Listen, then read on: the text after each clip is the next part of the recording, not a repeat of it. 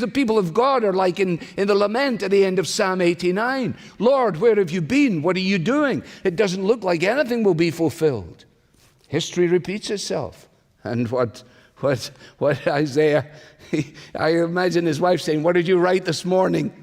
And he said, well, I'm not sure about it all, but I wrote this down. There shall come forth a shoot from the stump of Jesse, and a branch from its roots shall bear fruit, and the Spirit of the Lord shall rest upon him. And she said, what does that mean? And he said, well, I'm not sure myself, but I think it's very good. And of course it was very good. On Tuesday, he wrote another one. For unto us a child is born, and to us a son is given. Out of Egypt I have called my son.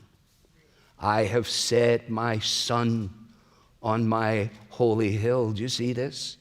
And the government will be upon his shoulder. And his name will be called Wonderful Counselor, the Mighty God, the Everlasting Father, the Prince of Peace. And of the increase of his government and of peace there will be no end. Here we go. And on the throne of David, and over his kingdom, to establish it and to uphold it with justice, with righteousness from this time forth and forevermore. And how is that going to happen? The zeal of the Lord of hosts, the God of heaven's armies, will accomplish it. That's the point. And so here are these people, the great promise of the kingdom. It collapses before their very eyes. They're trying to make their way through life. And the prophet steps up and he says, here we are. Wait a minute. Have you forgotten about 2 Samuel 7? He says. There's more to come. There's another place. There's another name. There's another rest. There's another kingdom.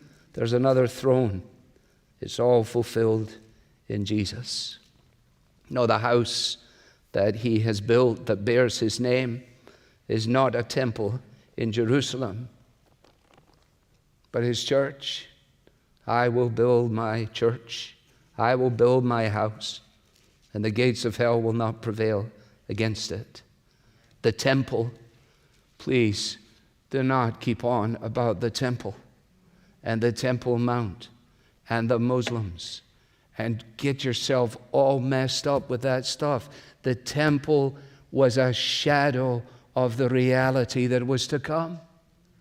It's not about Jerusalem in the Middle East. It is about the New Jerusalem. Jerusalem was simply a shadow, a pointer on the journey to the end. And that's why Paul, when he writes, says to the Corinthians, for we are the temple of the living God.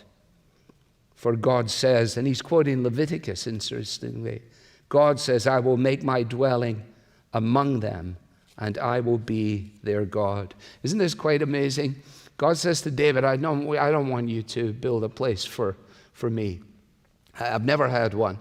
I've never needed one, and I've never asked for one. And in actual fact, the temple in Jerusalem was a pointer to the reality of God. But now, where 2 or 3 are gathered together in my name, there I am, present in his house. So the promised offspring of David has come. He's the son of David. He's the son of Abraham.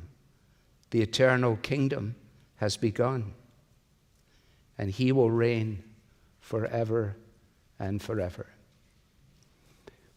Now, this has to translate itself into the reality of tomorrow and everyday life. Otherwise, it's just an exercise in studying an old book.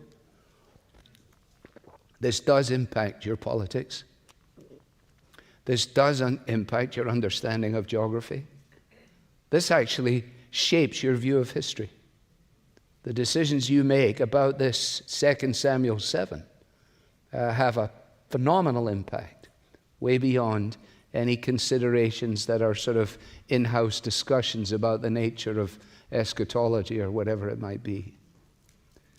And when we understand it, then it will help us.